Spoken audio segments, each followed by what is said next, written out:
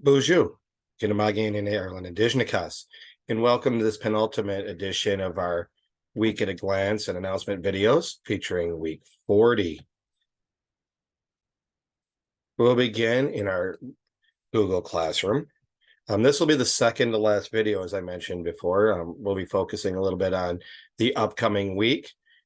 Next week's video will kind of focus on wrapping up the year and putting out those options that are available to students, what resources they may be able to use during the summer if they're bored and want to do a little bit of learning getting ready for middle school. But let's focus on the upcoming week, particularly today through Wednesday, because we will talk about Thursday in the final video again.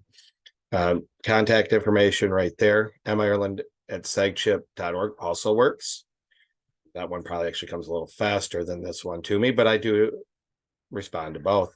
You see a live stream schedule from last Friday. That'll be updated for Monday. Other newsletters. The June breakfast and lunch menu is out and available for the last week of school here. And you kind of go down to a school calendar, a parent video if you haven't made your choice for middle school. If you haven't, please feel free to reach out. Ready to answer any questions. You may want to contact the schools directly if you have a specific question. Make sure you're getting those applications in.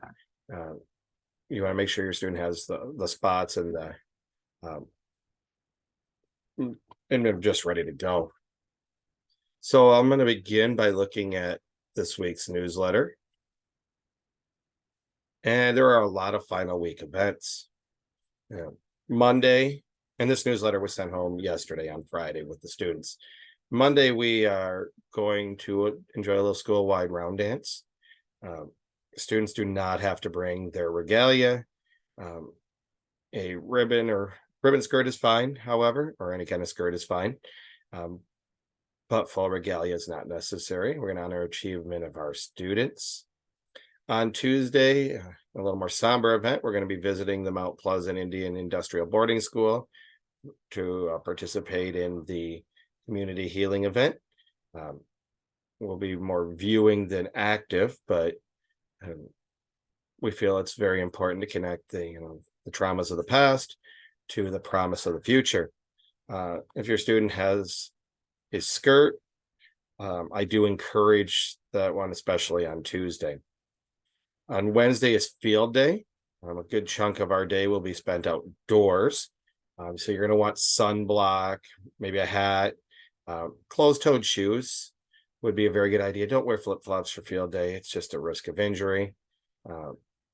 Depending on the weather, you're going to want to dress for that. I know it's been super hot lately, so I'd say shorts, but maybe it's a little cool in the morning and you want to have a hoodie that they can take off. And probably not a bad idea to bring a change of dry clothes. I haven't seen the full agenda for field day, but we know that last year we may have gotten sprayed with a fire hose. Literally. Thursday, the day that you've probably been thinking of all year and wrapping up for many of our students 7 years at SCA. Will be our graduation ceremony. It's going to be held at the Broadway Park Pavilion beginning at 10 a.m. Students will be over there probably 9:30, 9:45. We'll have chairs set up. There'll be light refreshments served. Great opportunity to take pictures and exchange contact information with your student. And like I said, I'll talk about this a little bit later in another video coming up just before the conclusion, probably on Wednesday. SCA yearbooks are still on sale. I do have some order forms available, and you could even run over after the graduation ceremony if you don't want to send the money with your student. This year's books are $15 each. If you can get in before this end of the week and sign them with your friends, kind of like high school students, that would be pretty cool too. If you didn't get an opportunity to purchase last year's and you really want one, those ones are on sale for $10 each. And it's pretty crazy to see other upcoming events as beyond the school year, but let's see, the tribal powwow is scheduled for late July, as it is usually. Neebing registration is open. And realistically, what are we learning? We're wrapping up the year at this point. I am still pushing some sixth grade material in math because it's important to keep a consistent structure to our day and kind of build some confidence in them for the upcoming school year.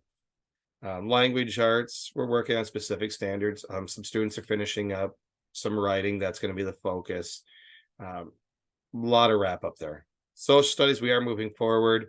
We're looking at the lead up to the Civil War. We may get to touch a bit on the Civil War before the end in a very quick way, but they'll get that information as eighth graders.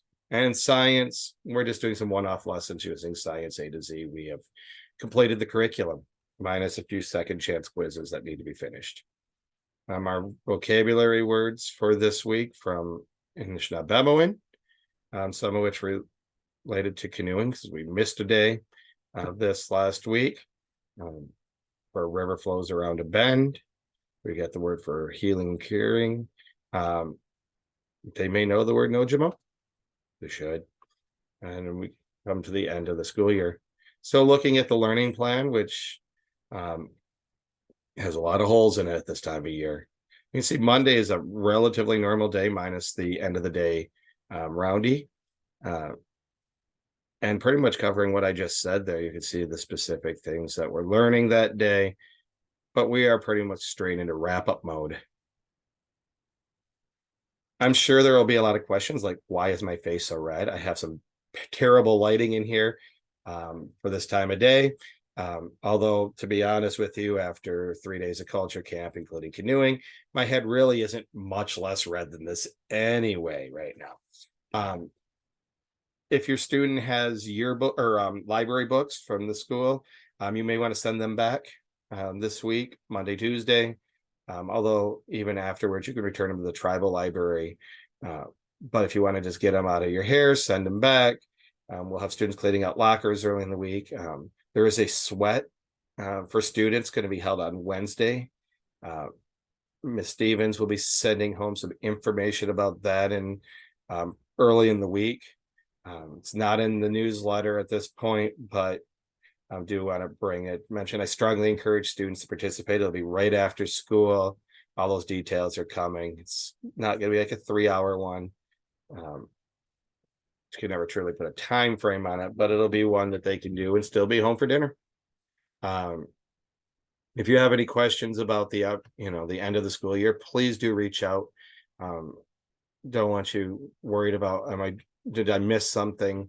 If you have questions about upcoming school choices that maybe you and your student haven't answered yet, please feel free to reach out.